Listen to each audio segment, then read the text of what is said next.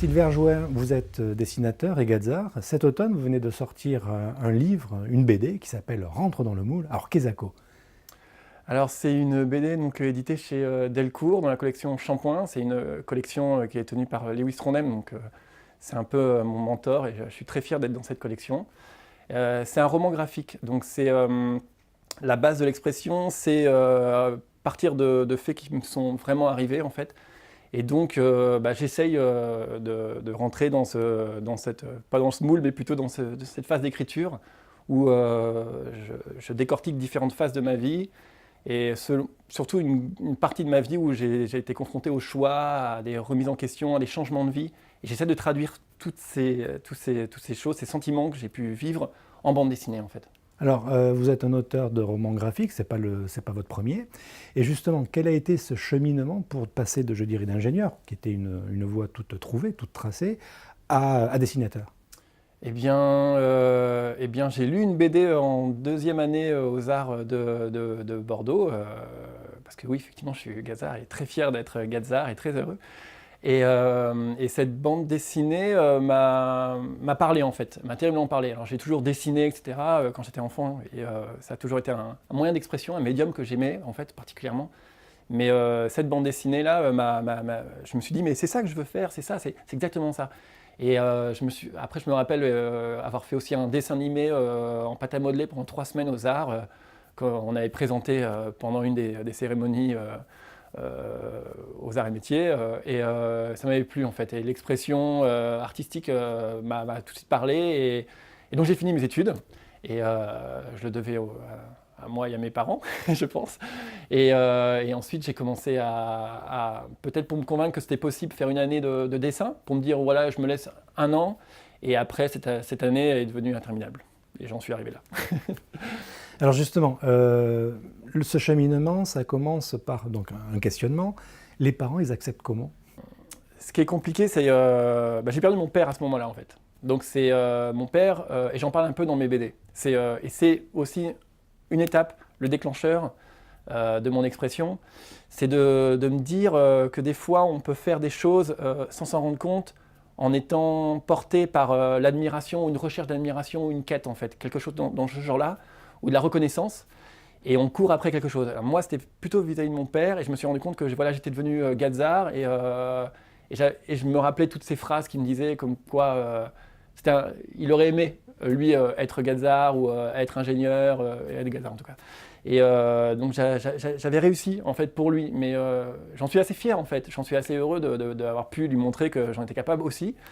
Mais une fois que ça a été fait, je me suis dit voilà qui je suis en fait. Et à ce moment-là, quand on retourne la caméra vers soi, on a besoin d'aide. Et l'aide pour moi, ça a été d'écrire en écriture automatique, d'aller vers le roman graphique et faire parler des personnages. Et ces personnages me parlaient plus que moi ce que j'essayais de mettre dans leur bouche en fait. Et ils me disaient choisis, trace ta route, tu vas y arriver, ce genre de choses que j'avais peut-être pas trop entendues quand j'étais plus jeune.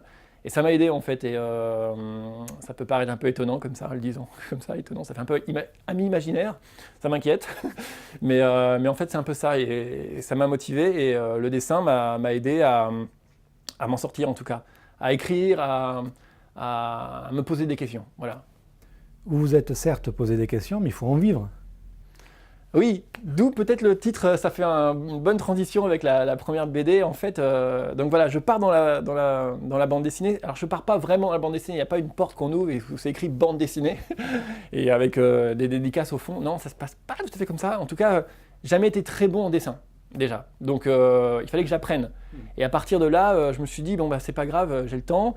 Mais pour gagner sa vie, j'ai fait des petits boulots, et donc j'ai fait des cours de maths le soir à domicile. Après j'étais même aussi ramasser des betteraves en Picardie, faire les vendanges. Et dans tous les petits boulots, il y a un moment, il y a une amie qui m'avait proposé d'aller m'occuper d'adultes handicapés mentaux et moteurs, d'être animateur. Donc on partait 3 semaines pour des séjours. Et je suis parti sur un coup de tête. Et je suis parti 7 séjours en fait. 7 étés et hiver, Noël. Et c'est ces personnes qui m'ont plus aidé que ce que j'ai pu apporter. En fait, j'ai apporté juste des bras, en fait, de l'aide. Mais eux, ils m'ont terriblement aidé. Ils m'ont montré qu'en fait, il y avait certaines personnes qui étaient extrêmement handicapées, mais qui arrivaient à faire des choses incroyables en fait. Et une force de vivre phénoménale. Et quelques années après, j'ai écrit Un faux boulot. Un faux boulot raconte cette histoire-là, cette première histoire, pardon, d'un gars un peu paumé comme moi qui s'appelle Jean, qui va faire des séjours pour adultes handicapés moteurs et mentaux, et qui se rend compte qu'il y a une partie de ces personnes, et ce qui est vrai, ce que j'ai pu voir, qui étaient des personnes normales, dans la norme en tout cas. J'adore cette question de normalité, de normes, etc. Ça m'intéresse à fond. Et qui un jour ont trouvé que la vie était peut-être trop compliquée, ou ont subi trop de pression ou de difficultés, et ils se sont réfugiés dans leur folie. Donc des gens qui étaient comme ça, réels, mais loin, loin, loin. Et des fois, ils revenaient, ils nous disaient que ils entendaient une voix au loin, mais ils se réfugiaient en fait. Et pour moi, la folie, c'est un petit peu la conséquence de si on ne fait pas vraiment quelque chose de sa vie, si on ne se fait pas confiance, si on ne s'écoute pas. Je pense qu'on peut commencer à devenir fou. Et c'était une de mes inquiétudes à l'époque. Donc j'ai suivi cette ligne, cette voie, et je me suis. Et c'est hyper dur parce que il faut vraiment sauter sans fil, sans parachute. Faut se lancer comme ça. Il faut pas faire le petit saut de cabri. C'est vraiment très compliqué, et beaucoup de gens autour de soi, pas méchamment, vous disent que non, ça va être compliqué. Alors justement, c'est compliqué quand même la BD, mais vous trouvez un éditeur. Et puis de quoi publier aussi dans des revues. Ouais.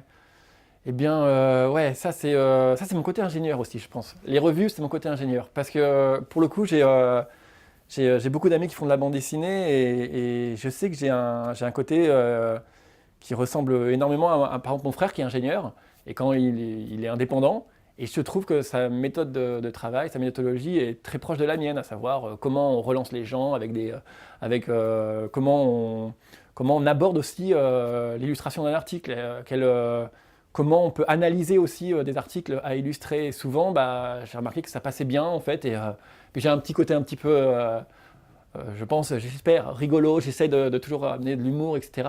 Et en fait, l'ensemble marche très bien. Et j'ai la chance aussi d'avoir pu choisir aussi beaucoup de mes partenaires.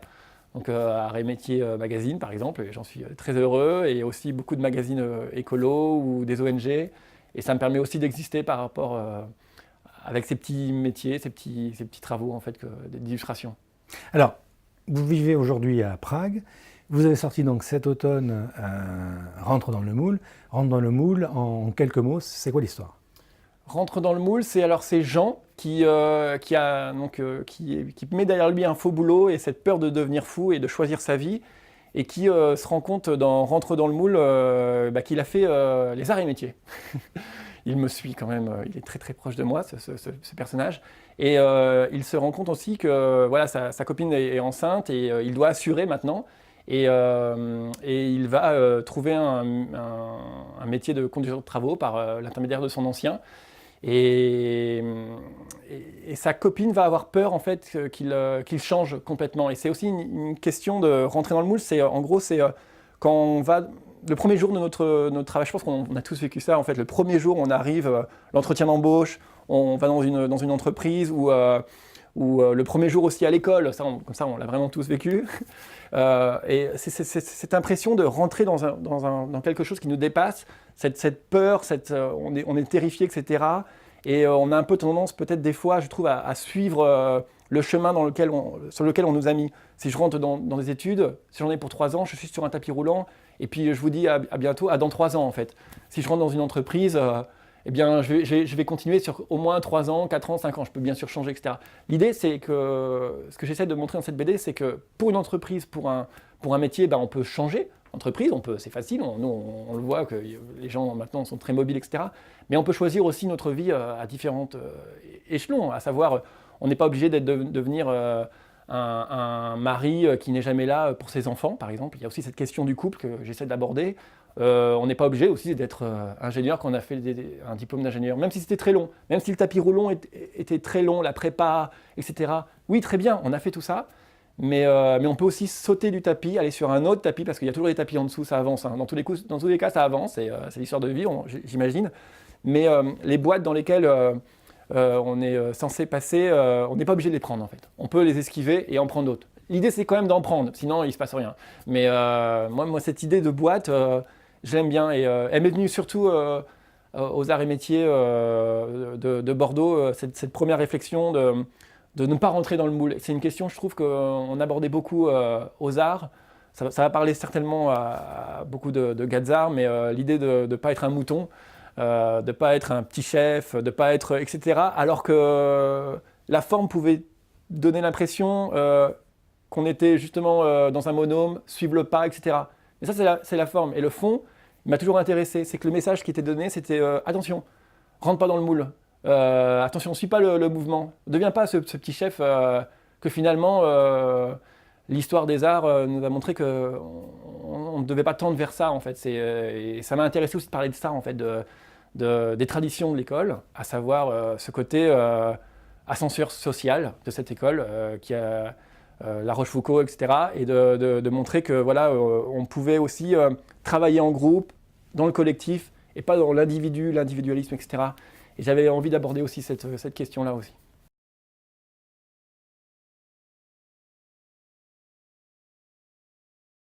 Ben, vu que je vis à Prague, il sera à Prague.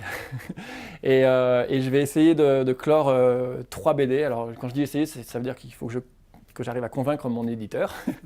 Mais bon, pour l'instant, il est plutôt open sur cette idée-là. Et l'idée, c'est d'écrire 3 livres qui parlent de changement de vie, etc. Donc j'ai envie de faire un point final et que ça se passe en République tchèque.